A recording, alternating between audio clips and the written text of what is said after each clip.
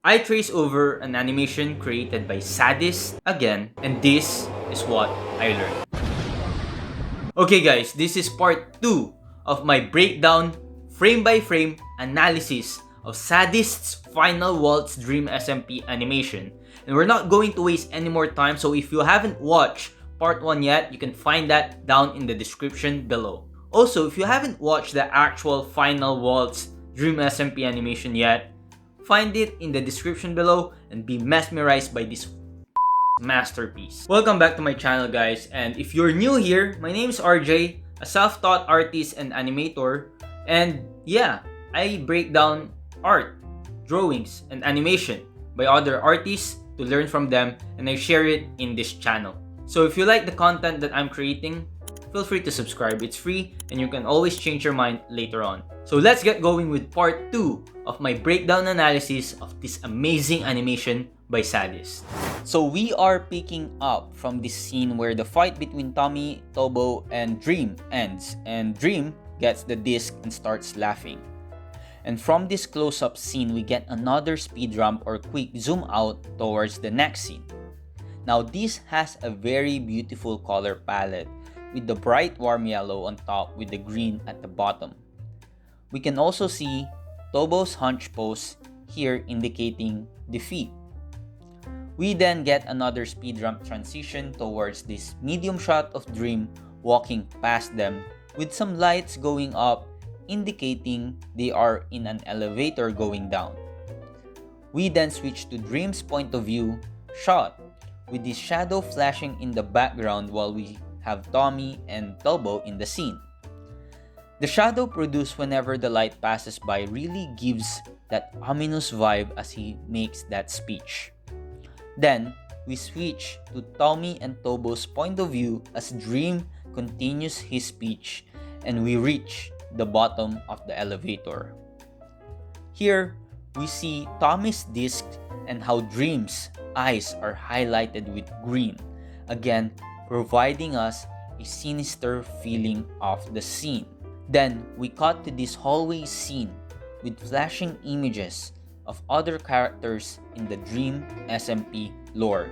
Again, this is where you help me, guys, because I'm pretty sure these are important things that is found in the story or lore, but I'm not really sure about the specifics. So, let me know down in the comments below what each of these things or images signifies. All I could think of right now is the Pet Wars and Technoblade's axe. Now, one thing I also see here is the glowing green webs attached to these frames as these images flashes, which really ties into the whole narrative of his own speech.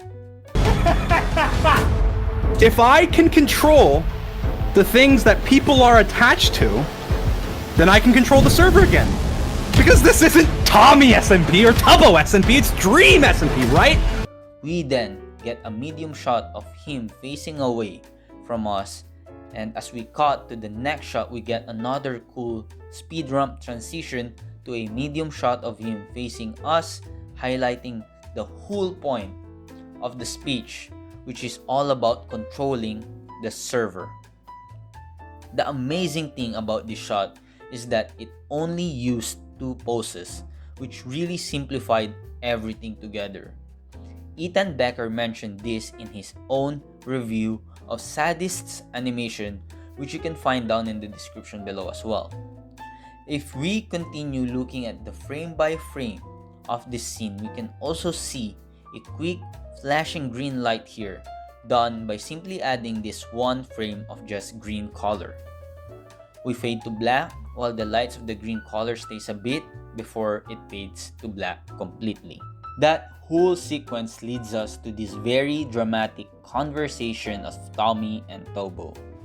Now, I actually watched this VOD in Tommy's stream a month before sad-ist posted this animation, and I actually had an idea of doing my own animation or animatic of this, but sad-ist beat me up to it. I'm still learning how to make cinematic animations and animatics like this, so I'm quite slow in my own progress. I'm getting there, so hopefully I post my first Dream SMP animation or animatic later this month. Anyway, Going back to this dramatic sequence of two shots between Tommy and Tobo, we can see how she animated the acting really well. We have about two over-the-shoulder shots here repeated a couple of times.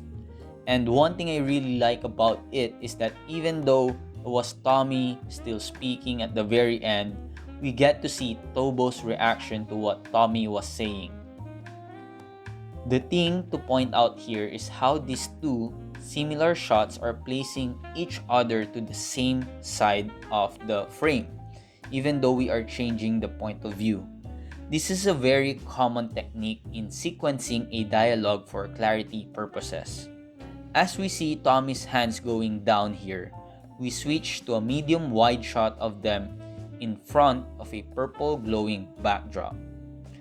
The way she concludes each scene in a very dramatic way really captures the attention and emotion of everyone watching. This shot is concluded with a flash that turned them into a silhouette, animated through the beat of the song. We get a brief black screen and silence here to conclude Act 3 of this whole animation. What am I without you? Yourself? Tabo, even though for this entire server, I've always regarded you as my sidekick. Really, Tabo, I was your sidekick. Just please don't go. Now we get to these wide shots from the ground here, giving off that very dramatic feeling of somebody arriving to save the day. We see another one of those two-pose animation that she does, which is really enough for this scene. Even when we cut to Pons with Dream's point of view, we also get another two-pose animation.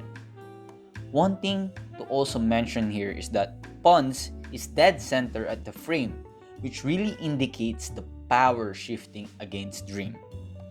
As we get closer to the end of this scene, we get to see some shadows appearing from the background, and we then get a cut of the earlier characters arriving at the scene.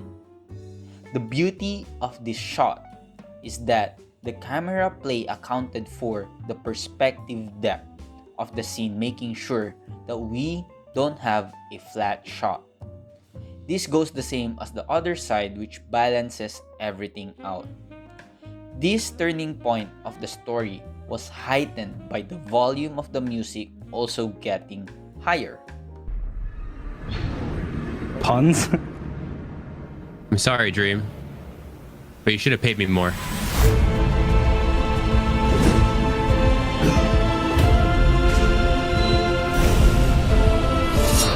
Then, we get this shot of Toby and Tommy and Dream. And the beauty of this shot is how even though we only see a flat background, the depth was really on point, with Tommy coming from the foreground and Dream at the background. It also has that big, medium, small composition we discussed earlier in the first part. Then, at the end of this shot, we get to see Dream prepares to attack while Tommy looks at him. This is another great lead to the next scene, where we get to see Dream's point of view and about to attack them again to cut off the celebration. This interplay of emotion that sad-ist did was just really good because we get some sort of rhythm in the story. I will tell you more about this at the end of this video, so stay tuned. Another great lead was when Tommy and Tobo runs away to the right of the screen and we cut to them being chased by Dream. The interesting part about that is that Tommy and Tobo stayed on the right of the screen while Dream came from the left for continuity purposes. Remember that Dream was also on the left side from the previous shot, so this is something that needs to really be considered when you are composing the sequences of your own shots. Now, the beauty of this shot is the depth play and how Tommy and Tobo seemingly getting closer to us and goes to the left of the screen while Dream was forced to the right. This sequence, as fast as it played, really turned the tables around because this is another representation of the whole dynamic between the three characters. It also felt like we are looking at the point of view of one of the characters who arrived earlier, and as we cut to this medium 2 shot of Sapnap defending Tommy and Tobo, we get to confirm that the tables have turned indeed. Dream is in trouble, and we get to see another cool but fast sequence here where we have a simple 2-pose animation of Dream while we change background like a glitch. Again, these things are effects added by sad-ist to really heighten our experience as a viewer. We have this shot of Dream with an axe, and as we glitch away throughout this scene, we get to see that axe disappear, the green web tangled into him, and an upside down of him back to the scene again.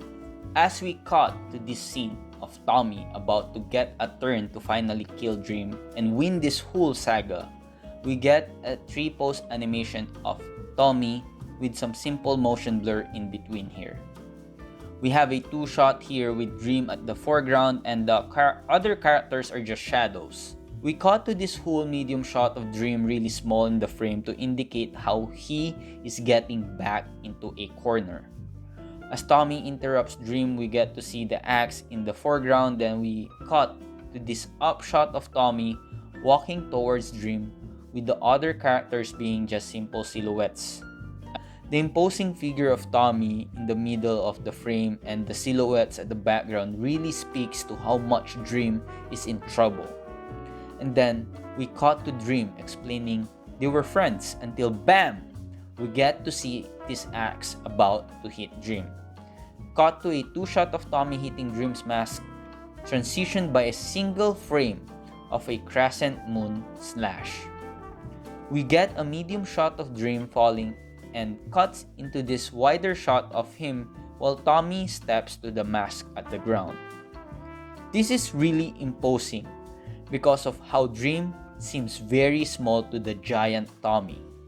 Then we cut to a 2-shot of Dream's sides focusing on Tommy, and even though we start with Dream seemingly bigger than Tommy in terms of the size within the screen, we ended up with this very cool frame of a worm's eye view perspective where Dream is really down and out while Tommy prepares to land the final blow. It was even heightened by the imposing shadows of the other characters, which really shows how Dream is really done for at this moment. We then cut to this down shot of Dream saying he can bring people back to life. This shot is really beautiful with the light in the background as well as the shadows of Tommy simplifying in the ground. We then cut to Tommy hesitating and realizing what Dream said as the shadows fade away. After a few lines, we get to see Dream entering the foreground, which was a lead to the next shot where we see a 2-shot with Dream as the focus and Tommy in the foreground. Then, to really bring this scene into conclusion, we have Dream with the close-up shot with those menacing eyes saying that his death will mean permanent death to Wilbur, Tommy's close friend. Have you got any last words? Tommy, you don't need to kill me. Tommy, we were friends. Tommy, we were friends! Dream. Tommy, okay, wait, you meant nothing to me. stop! Listen, This is Wait. it. The acts Wait. of peace. Tommy, I can bring people back to life. The acts of peace. Listen. Hey! Dream, you just lie. There is no Tommy, reason. if I die, then death is permanent. Well, if I die, then Wilbur's dead forever. We then cut into this close-up shot of Tommy. The length of the shot was longer than any other scene because of the drama involved. It's all about creating tension by having this shot held for longer.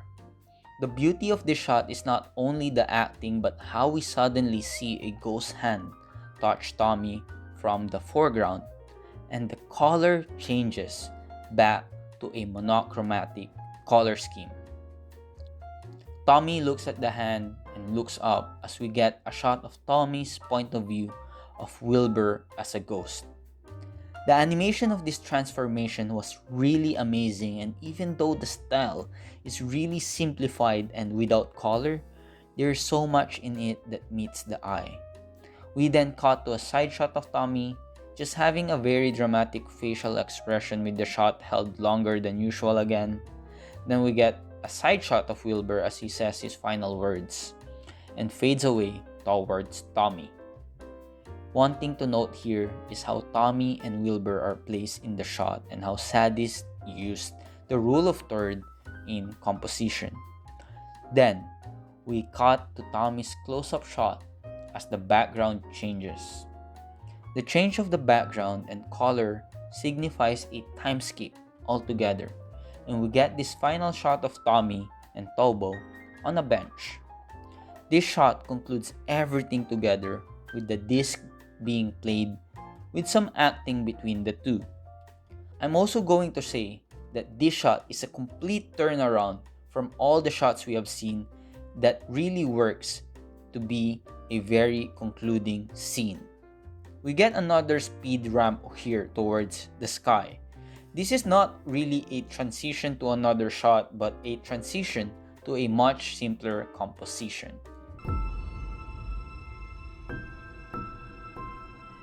Wilbur.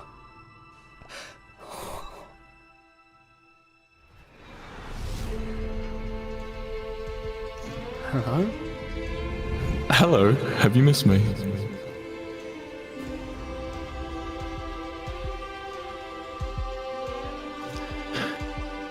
I'm proud.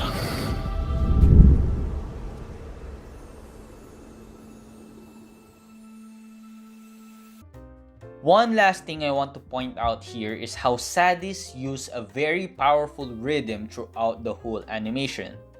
The loud and quiet moments, the slow and fast pace of the scene, the tempo of the story, and the emotional ride we got all played an important role in creating this beautiful, well-told story.